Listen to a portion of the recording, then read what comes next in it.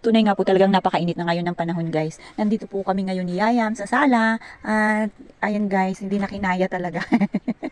Pero napansin ko nga mas enjoy siya dito sa labas dahil may hangin siya guys na pumapasok, unlike doon pag sa kwarto talagang nanggagaling lang sa electric fan at kung makikita ninyo nag-i-enjoy po talaga siya. Pero kailangan po lagi lang kaming nakatutok sa kanya kasi nga guys pagka dito po sa labas ayan po yung kanyang ginagawa, mahilig mag-aakyat-akyat.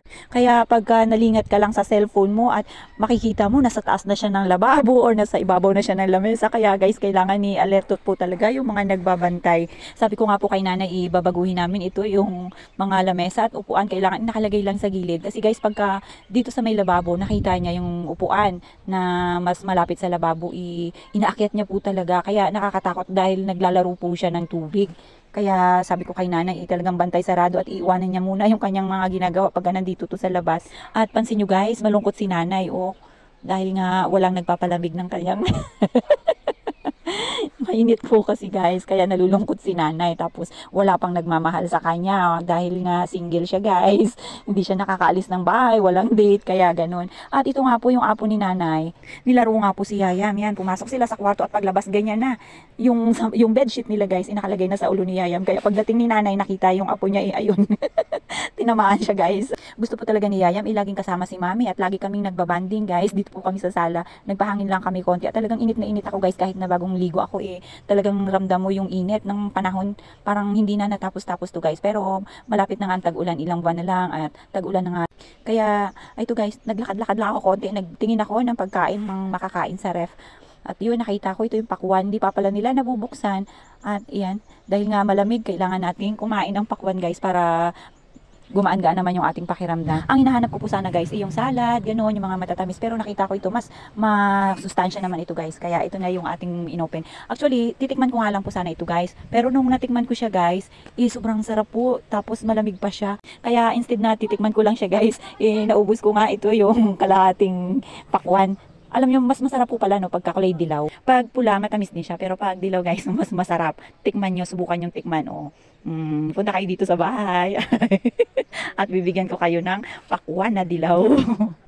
Sarap guys. Talagang makakalimutan nyo yung mga jowa nyo pag tinikman nyo ito. Yummy. Dito ko na nga po ito kinain sa kusina guys. Hindi na ako nakaalis sa aking pwesto dahil nga sa sobrang sarap. Hindi na ako nakapag-share kila nanay. Pero titirahan ko naman sila. Hinati ko lang to guys, yung isang buong pakwan. Ang kalahati kila nanay, syempre. At ito sa akin yung kalahati. Talaga namang mas lamang tayo guys. Mas lamang tayo dahil tayo lang dito mag-isa. At buti na nga lang hindi naman to nakakataba. Talagang it's good for our health. Alam niyo ba guys, nung kabataan ko, nung maliliit pa kami, or mga elementary pa siguro guys, itong mga ganitong pakwan, melon, kinukuha lang namin to guys doon sa bukid. Nihingi lang namin doon sa mga matatanda, or kasi nga guys, yung mga tao dito sa amin dati, nung hindi pa nagdagsaan yung tao dito sa amin, halos magkakakilala. So pupunta ka lang ng bukid at makikihingi ka lang ng kanilang mga reject doon ng mga prutas, bibigyan ka na nila, ganon. Sila kababait noon guys, at saka talagang ang reject kasi ngayon talagang binibenta na. Noon ang reject binibigay lang sa kapitbahay. Talaga namang napakaswerte pagka ganun, di ba? Nababahaginan tayo, naambunan tayo ng mga blessings. Hindi na natin kailangan bumili. At dahil nga guys, busog tayo ngayon. Busog na busog talaga tayo ngayon. Nakapag-isip naman din tayo ng maayos. Kaya ayan, nakahanap ako ng aking gagawin dahil nga tapos na rin maglabas si nanay at nakapaglinis na ng bahay. So ako na naman, doon na naman siya kay Yayam para mag-alaga. At ito nga guys, may mga hinahanap po kasi akong mga damit. So parang hindi ko makita lahat ng mga taguan ko. Nalungkat ko na ano ba naman kasi pagka hinahanap natin ang hirap-hirap magpakita, at pagka hindi natin kailangan guys nakikita natin minsan bili tayo ng bili ng mga damit pero hindi naman din natin nasusuot. Ganun tayo mga tao talaga, walang kakontentuhan. At yan nga guys, habang nagliligpit po ako, tinahanap ko yung damit dito guys. Bigla naman gusto naman pumasok nitong apo ni nanay. Kasi itong room na to guys, dito sila nanay na natutulog. Kasama niya yung apo niya. Kaya gusto niya siguro magigahiga. Nandito ako guys. Kasi dito po ito nakastack yung mga gamit namin na hindi sinusuot. Kaya hindi siya nakapasok. Sabi ko, doon muna siya sa labas at ako'y busy. Dahil nga baka mamaya magkagulo-gulo. Ito yung mga damit na hinahanap ko. Kasi nga guys, sobrang gulo talaga. As in, nagkahalo-halo yung mga gamit ng mga bata.